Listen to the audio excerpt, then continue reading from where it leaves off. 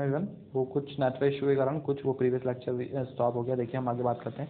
तो बेसिकली मैंने आपको बताया कि लिबरल्स और रेडिकल्स जो थे वो बेसिकली क्या चाह रहे थे कि जो अब 1815 के बाद जो कंजर्वेटिव चाह रहे थे कि वापस मोनार्की सिस्टम आ जाए, तो उसके अगेंस्ट लिबरल और रेडिकल्स क्या कर रहे थे, एक तरीके से रिवॉल्यूशन कर रहे थे। क्या कर रहे थे? रिवॉल्यूशन कर रहे थे। और वो नहीं चाहते थे क्या कि वापस जो किंग की गवर्नमेंट है वो वापस रूल करे यूरोप के अंदर। और इसी चीज़ को ध्यान में रखते हुए उन्होंने क्या बोला कि एक नेशन इस तरह से होना चाहिए ताकि उसमें क्या हो, इक्वल राइट्स मिले। क्या होना चाहिए? हर इंडिविजुअल के पास क्या हो, इक्वल राइट्स हो। ऐसा ही नेशन क्या कहलाएगा? एक नेशन काउंट होता है। ठीक है। और इसी आइडिया को फॉलो करते हुए 1815 के बाद एक पर्सन थे जिनका नाम था गुजुपी मजीनी। क्या नाम था? गुजुपी मजीनी। ये इटालियन नेशनलिस्ट थे। कौन थे? Italian nationalist. इन्होंने क्या बोला? बेसिकली उन्होंने बोला कि इन्होंने क्या करा, इसी आइडिया को क्या कि इंडिविजुअल राइट्स वाले जो आइडिया था, इसी आइडिया को उन्होंने इटली में स्प्रेड किया और बेसिकली वहाँ पर रिवॉल्यूशन स्टार्ट किया। किसने? गुजुपी मजीनी। आपको नाम ध्यान रखना, गुजुपी मजीनी। कहाँ पर? क्या? इटली के अंदर। ये इटाली कौन थे? ये इटालियन नेशनलिस्ट थे। आगे देखिए अब बेसिकली हम बात कर चुके हैं कि 1815 के बाद कौन कौन से ग्रुप्स आए और सोशल लेवल पर, इंडस्ट्रियल लेवल पर क्या चेंज हुआ। अब हम देखते हैं कि coming of socialism to Europe. अब किस तरह से यूरोप के अंदर सोशलिज्म आया। सोशलिज्म का मतलब क्या होता है कि एक कम्युनिटी है, पूरी आपकी एक कम्युनिटी है, वो क्या करेगी? पूरी कंट्री के ऊपर रूल करेगी। ठीक है, कम्युनिटी के बेसिस पे। ठीक है, मतलब एक लोगों की कम्युनिटी। तो इस तरह के रूल या वही क्या करेंगे? डेवलपमेंट करेगी, वही आपके सब चीज़, हर चीज़ को क्या करेगी? वर्क करेगी। तो इस तरह के रूल को क्या बोलते हैं हम? Socialist rule. तो the coming of socialism to Europe. तो अब बेसिकली क्या है, सोशलिज्म यूरोप के अंदर कैसे है उसके बारे में हम डिस्कस करते हैं। तो देखिए, by the mid 19th century in Europe, socialism was well known body of ideas that attract whispered and attention. ठीक है। अच्छा, मिड 19th सेंचुरी के अंदर क्या हुआ कि यूरोप के अंदर सोशलिज्म क्या हो गया? वेल डेवलप्ड नॉन बॉडी था। ठीक है, मतलब बहुत लोग जान चुके थे कि सोशलिज्म क्या है, किस तरह से वर्क करता है, और उसके आइडियाज़ भी क्या थे? लोगों को अट्रैक्ट करते थे। सोशलिज्म के जो आइडियाज़ थे वो क्या करते थे? अट्रैक्ट करते थे, अटेंशन क्रिएट करते थे। और अटेंशन क्रिएट करते थे। कब की बात हो रही है? मिड 19th सेंचुरी के आसपास। ठीक है, तो सोशलिज्म सब क्या था? सोशलिज्म के बारे में जानते थे और लोगों को अट्रैक्ट भी करता था सोशलिज्म। ठीक है, तो ये इस तरह से सोशलिज्म का पहला डेवलपमेंट देखा गया मिड 19th सेंचुरी के अंदर। Second point, socialist were against private property. Socialist जो मतलब जो चाह रहे थे कि सोशलिज्म गवर्नमेंट बने, वो उनका क्या सबसे मेन पॉइंट क्या था? वो प्राइवेट प्रॉपर्टी के अगेंस्ट थे। क्या? प्राइवेट प्रॉपर्टी के अगेंस्ट थे। तो बेसिकली क्या हुआ कि socialist were against private property. वो प्राइवेट प्रॉपर्टी के क्या थे? अगेंस्ट थे। And saw it as the root of all social evil of the time. और वो ये मानते रहे कि जितने भी सोशल एविल्स हैं, मतलब सोशल एविल्स का मतलब आप बोल सकते हैं, हिंदी में हम इसे बोलते हैं कुरीतियाँ। जैसे आपके ये है ना, आप बोले हमारे यहाँ पर दहेज प्रथा, ये सब होते हैं इस तरह से। तो बेसिकली वो ये मानते थे कि ये जितने भी आपके प्राइवेट प्रॉपर्टीज़ हैं उसको ये एक तरीके से सोशल एविल की तरह मानते थे उस टाइम पीरियड पे। कब? मिड 19th सेंचुरी पे। ठीक है, जितने भी सोशलिस्ट थे वो प्राइवेट प्रॉपर्टी को मानते थे, सोशल एविल्स की तरह मानते थे, rather than single individual controlling property. तो उनका मानना ये था कि एक सिंगल पर्सन के पास सारी कंट्रोल नहीं होनी चाहिए प्रॉपर्टी की। They wanted that more attention would be paid to collective social interest. उनका ये मानना था कि आपको कलेक्टिवली वर्क करना चाहिए। ये नहीं है कि एक पर्सन के पास बहुत ज़्यादा ज़मीन है और एक बहुत पर्सन के पास ज़मीन है ही नहीं। ठीक है, तो वो ये मानते नहीं थे कि प्राइवेट प्रॉपर्टीज होनी चाहिए। उनका कहने का मतलब क्या था कि जितने भी प्रॉपर्टी है वो सोशल लेवल पर होना चाहिए, मतलब वो सबकी होनी चाहिए। ठीक है, सबकी होनी चाहिए, सोशल लेवल पर हो जानी चाहिए, और उसके बाद उसको इंडिविजुअली थोड़ी सब पर्सन में डिवाइड कर दी जाए। ठीक है, तो उनका मानना ये था कि बेसिकली क्या होना चाहिए कि जो प्रॉपर्टीज़ हैं वो क्या होना चाहिए कि सोशल लेवल पे होनी चाहिए, ना कि एक इंडिविजुअल प्राइवेट प्रॉपर्टी होनी चाहिए। तो जो सोशलिस्ट थिंकिंग वाले पीपल थे वो ये मानते थे कि जो प्राइवेट प्रॉपर्टी है वो इस तरह का एविल काउंट करते थे वो लोग मिड 19th सेंचुरी के अंदर। उनका मानना ये था कि सिंगल एक पर्सन के पास इंडिविजुअल प्रॉपर्टी होने से अच्छा है आप उस प्रॉपर्टी को क्या करो? सोशली डिस्ट्रीब्यूट कर दो या सोशल लेवल पे काउंट करो। ठीक है, तो ये 2 पॉइंट हुए। थर्ड पॉइंट की हम बात करते हैं, socialist had different vision of the future. Robert oven 1771 to 1858, a leading English manufacturer, sought to build a cooperative community called the New Harmony in Indiana, USA. Other socialist। ठीक है, अच्छा basically इसी तरह से क्या था, एक सोशलिस्ट थे जिनका नाम था रॉबर्ट ब्राउन। क्या नाम था? Robert on. ठीक है, टाइम पीरियड दिया हुआ आपको। ये एक लीडिंग इंग्लिश मैन्युफैक्चरर थे जो ये मानते थे कि कोऑपरेटिव कम्युनिटी, इन्होंने एक बेसिकली कोऑपरेटिव कम्युनिटी बनाई जिसका नाम था new harmony in Indiana. New harmony in Indiana, जो बेसिकली जिसको आज हम बोलते हैं यूएसए। क्या बोलते हैं हम इसे? यूएसए। तो ये बेसिकली कौन थे? एक सोशलिस्ट थे। क्या नाम था? रॉबर्ट ओन नाम था। टाइम पीरियड आपको लिखा हुआ है। कौन थे? इंग्लिश मैन्युफैक्चरर थे, जो बेसिकली एक कॉर्पोरेटिव कम्युनिटी बनाई थी इन्होंने, जिसका नाम था न्यू हार्मोनी इन इंडियाना, मतलब यूएसए के अंदर। ठीक है, एक तरह के सोशलिस्ट थे। अदर सोशलिस्ट फॉर इंस्टेंट, इसके अलावा भी और भी सोशलिस्ट थे जो वर्ल्ड लेवल पे थे। कौन थे? सेकंड एक आपको नाम दिया हुआ है, लुइस ब्लैंस, 1813 टू 1882। ठीक है, क्या नाम है? लुइस ब्लैंस, 1813 से 1882। Wanted the government to encourage cooperatives and replace capitalist enterprises, जिनका मानना ये था कि हमें गवर्नमेंट को एनकरेज करना चाहिए ताकि वो कॉर्पोरेटिव चीज़ों को रिप्लेस कर दे। किससे? कैपिटलिस्ट से। कॉर्पोरेटिव चीज़ों को किससे रिप्लेस कर दे? कैपिटलिस्ट से। ठीक है, कॉर्पोरेटिव को रिप्लेस कर दे, किससे रिप्लेस करे? कैपिटलिस्ट से रिप्लेस कर दे। कॉर्पोरेटिव बताया आपको, जितने भी बिल्डिंग्स वगैरह सब कॉर्पोरेटिव लेवल। कैपिटलिस्ट का मतलब क्या होता है कि गवर्नमेंट सब क्या करती है, सब इन्वेस्टमेंट सारा जितने भी होती है वो कंपनीज में डायरेक्ट गवर्नमेंट उनको इन्वेस्ट करती है। जिसने एग्जाम्पल, हमारे यहाँ इंडिया के अंदर कैपिटलिस्ट नहीं है, चाइना के अंदर कैपिटलिज्म है। वहाँ पर क्या करते हैं, वहाँ की जो गवर्नमेंट है वो क्या करती है, लोगों के लिए स्कीम्स नहीं निकालती, वो डायरेक्ट क्या करती है, कंपनीज में इन्वेस्ट करती है और कंपनीज को बोलती है कि आप जॉब्स प्रोवाइड करें। ठीक है, हमारे यहाँ इंडिया में क्या होता है, हम गवर्नमेंट पॉलिसीज बनाते हैं। ठीक है, तो यहाँ हमारे कैपिटलिज्म नहीं है। ठीक है, तो बेसिकली क्या करा इन लोगों ने, क्या करा, गवर्नमेंट को एनकरेज करा कि कॉर्पोरेटिज्म से कहाँ पर जाए, कैपिटलिज्म में जाए। These cooperatives were to be associations of the people who produced goods together and divided the profits according to the work done by the members। ठीक है, तो मैंने आपको बताया क्या, फिर जो कौन थे ये, बेसिकली सेकंड जो हमने सोशलिस्ट के बारे में पढ़ा वो कहा है, लुइस ब्लैंस। इनका आइडिया क्या था कि गवर्नमेंट को एंकरेज किया जाए ताकि वो कॉर्पोरेटिव को रिप्लेस करके कैपिटलिज्म आ जाए, और कैपिटलिज्म में जैसे ही आ जाए वो गवर्नमेंट या जितने भी स्कीम्स हैं वो सब कैपिटलिज्म आ जाए, तो उसके बाद जितना भी प्रॉफिट हो वो उनके वर्क लेवल के ऊपर सब पीपल्स में डिस्ट्रीब्यूट कर दिया जाए। जितना भी वर्क हो उनके वर्क लेवल के ऊपर, जितना वो वर्क कर रहे हैं उस लेवल के ऊपर उनको डिस्ट्रीब्यूट कर दिया जाए। तो ये बेसिकली इनका आइडिया था।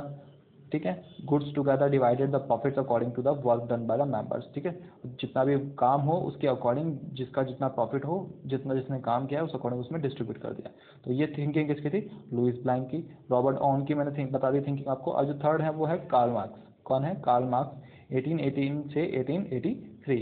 एंड फ्रेडरिक एंगलिस, ठीक है, 1820 to 1895, added other ideas to this body arguments. तो बेसिकली इस तरह से डिफरेंट डिफरेंट सोशलिस्ट सामने आए जिन्होंने अपने आइडियाज़ को डिस्ट्रीब्यूट किया।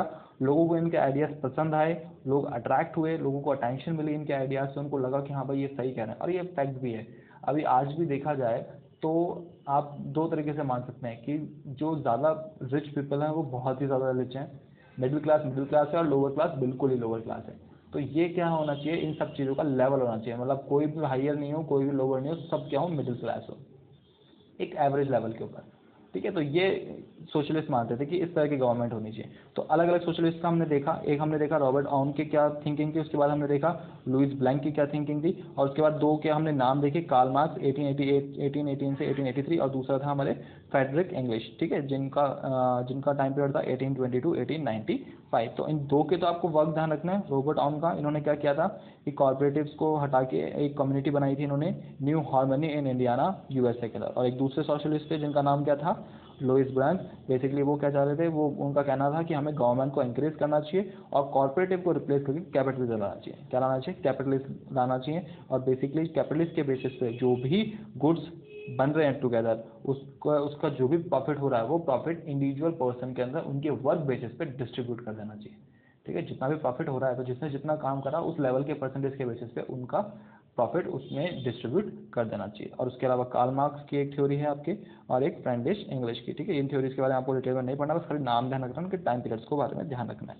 ठीक है, तो इस तरह से सोशलिज्म यूरोप के अंदर डेवलप हुआ। अच्छा, ये सब कब बात हो रही है? यूरोप में 1815 के बाद। 1815 में नेपोलियन का डिक्लाइन हो गया, उसके बाद तीन ग्रुप सामने आया, लिबरल, रेडिकल्स, कंजर्वेटिव।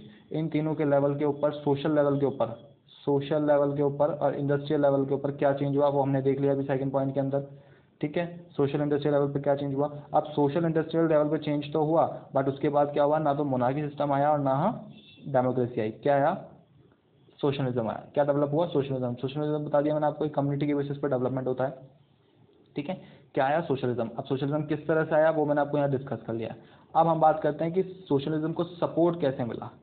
ठीक है, सोशलिज्म को सपोर्ट कैसे मिला, यूरोप में आने का सपोर्ट कैसे मिला। तो by the 1870s socialist ideas spread through the Europe. 1870s के आसपास देखिए आप, 1815 के अंदर नेपोलियन गया था और उसके बाद ये तीनों ग्रुप्स अपने अपने लेवल के ऊपर फाइट कर रहे थे, लिबरल, रेडिकल्स और कंजर्वेटिव्स, और थोड़े थोड़े लेवल के ऊपर चेंजेस हुए थे। और अब तब जाके कब हुआ, 1870s में, ठीक है, 1850 के बाद 1870 में। देखिए कितना गैप है टाइम पीरियड में, 1870 के बारे में आ चुके हम। तो बाद 1870 socialist ideas spread through Europe, socialist के जो आइडियाज थे वो यूरोप के अंदर स्प्रेड किए गए।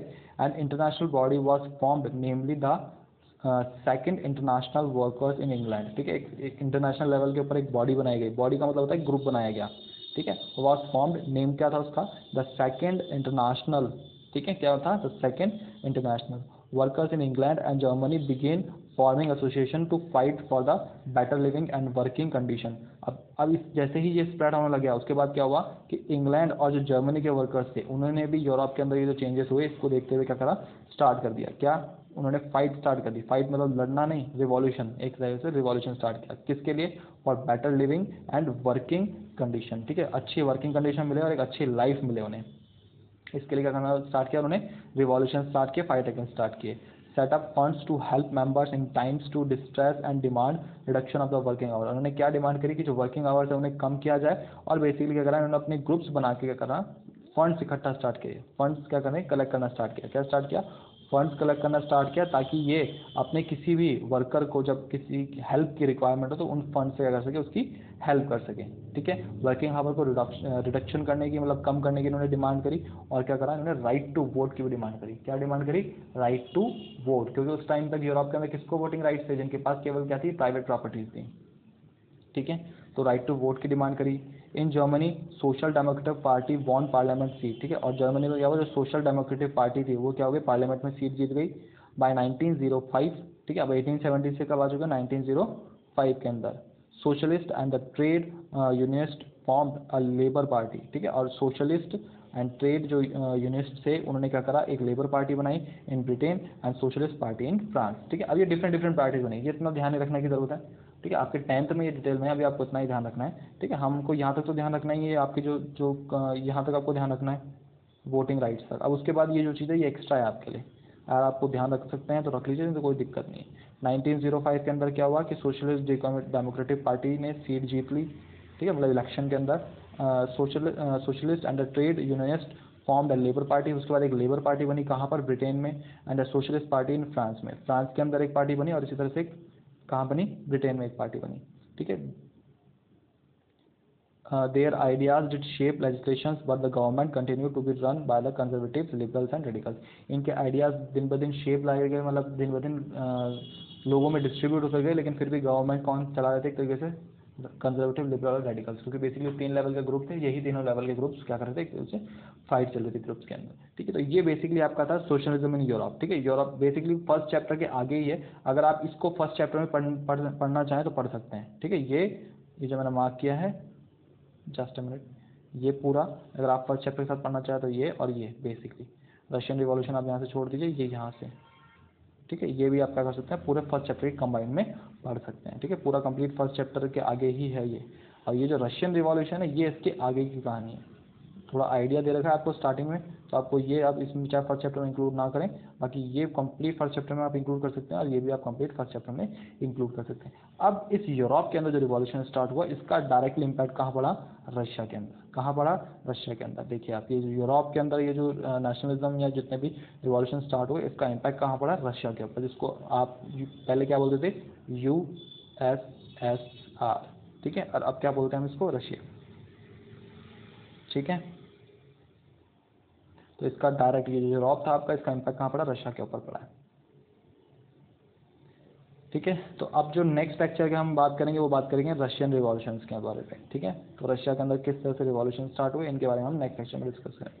तो होप आपको समझ में आया, फिर अगर आपको कोई डाउट हो तो आप कमेंट बॉक्स में कमेंट कर सकते हैं। Okay, thank you.